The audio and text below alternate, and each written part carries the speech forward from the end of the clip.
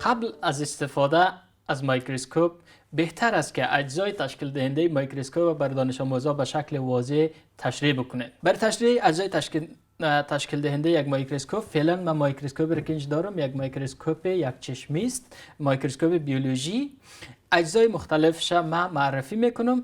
از قسمت بالا شروع میکنیم و هر بخش نامش که به چی نام یاد میشه و کدام وظیفه رو داره. از قسمت بالا، این یک میکروسکوپ یک چشمی است. البته میکروسکوپ های دیگه وجود داره که دو چشمی است، یعنی دو عدسه چشمی داره. اینجا اول از قسمت بالا اینجا عدسه چشمی قرار داره در میکروسکوپ که این میتونه بزرگنمایی های مختلف داشته باشه. مثلا عدسه ای که من فعلا دارم با بزرگنمایی دست.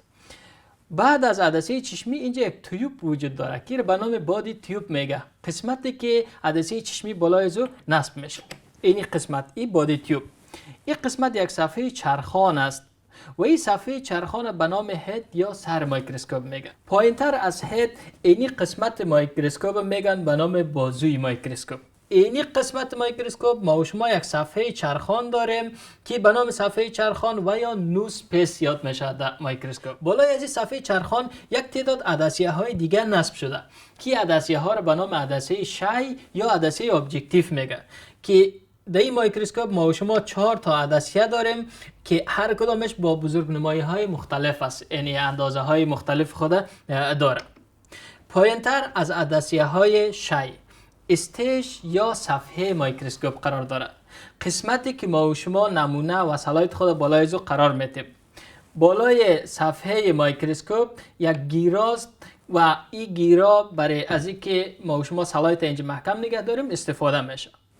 در قسمت پایین صفحه میکروسکوپ یک قسمت مهم دیگه وجود داره که ایره به نام دیافراگم یا کاندنسر میگه که برای تنظیم نور بالای سلاید استفاده میشه، یعنی نور تنظیم میکنه، اندازهش میتونه ما و شما توسط از این قسمت کم و زیاد بسازیم. این قسمت میکروسکوپ ما و شما 2 تا پیچ داریم که این پیچ ها چی کار میکنه؟ متوجه باشین پیچ بالایی را زمانی که من حرکت میتونم صفحه میکروسکوپ حرکت میکنه، یعنی برای حرکت دادن صفحه میکروسکوپ وقتی ما میخوایم سلاید خود از زیر میکروسکوپ تنظیم کنیم. پایینتر از یک پیچ دیگه است که این پیچ صفحه را حرکت نمیده، تنها گیرای سلاید حرکت میده، یعنی برای حرکت دادن گیرای سلاید استفاده میشه.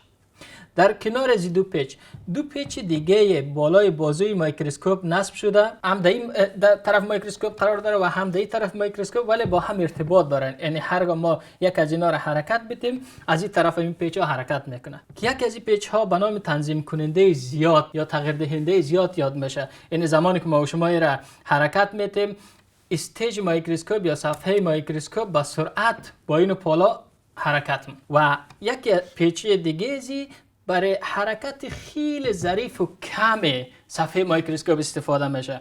یعنی وقتی ما نمونه خود روی سلاید پیدا میکنیم با استفاده از پیچ های تنظیم کننده بزرگ، باز میتونیم برای تنظیم دقیق از این پیچ ها استفاده کنیم. پایینتر از این ما و شما اینجا منبع نوری رو داریم، یعنی قسمتی که بر میکروسکوپ نور تولید میکنه یا نور میده. در بعضی میکروسکوپ ها یک آینه قرار داره و اما این چون یک میکروسکوپ برقی است منبع نورش برق است که از اینجا نور بالای سلاید میفته یا منبع نوری است. این میکروسکوپ که فعلا مد دسترس دارم یک میکروسکوپ است که هم توسط باتری کار میکنه هم توسط برق. اینجا ساکت روشن ساختن و خاموش ساختن برقش است که هرگاه ما شما روشن بسازیم شما میبینید که منبع نوری اینجا روشن میشه. اینا نوری که اینجا بالای سلاید افتاد اگر شما بخواین اندازهش کم زیاد کنین یک پیچ بر تنظیم نور وجود داره که ما شما میتونیم با این پیچ نور کم و زیاد بسازیم. اگر متوجه شوین اینجا نور کم و زیاد میشه، یعنی برای کم ساختن و زیاد ساختن نوری استفاده میشه. برای منبع برق یعنی وقت میکروسکوپ ما برقی باشه میتونه میکروسکوپ از باتری استفاده کنه یا میتونه برق مستقیم ازش ما شما کار بگیریم. در این میکروسکوپ چون یک میکروسکوپ است که هم همراه باتری کار میکنه هم همراه برق، فعلا ما از باتریش استفاده کردم و هرگاه اگر از باتری استفاده نکردیم ما شما میتونیم کیبلش نصب کنیم و از برق مستقیم استفاده کنیم. این اجزای مختلف یک میکروسکوپ که به چی نام ها یاد میشه و در کدام موقعیت ها قرار داره.